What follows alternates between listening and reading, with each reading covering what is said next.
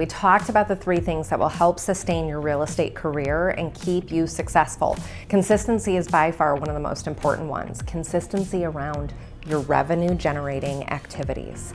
So what that means is when you are in overwhelm because deals are falling apart, a client ghosted you, whatever it may be, you do not omit the parts that you must be consistent about, which is lead generation, follow-up, going on appointments, negotiating, and skill building.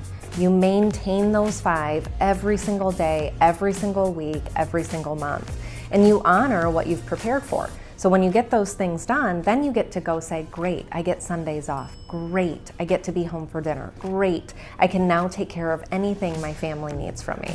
It's so important because when you allow the lack of preparation and the fires that happen in real estate to take hold, overwhelm kicks in, emotion takes over, and you make rash decisions. And that's what causes that up and down real estate career. We don't want that for you. Keep up with us, and next week we're talking all about wellness and how that discipline will feed into the first 2 we discussed.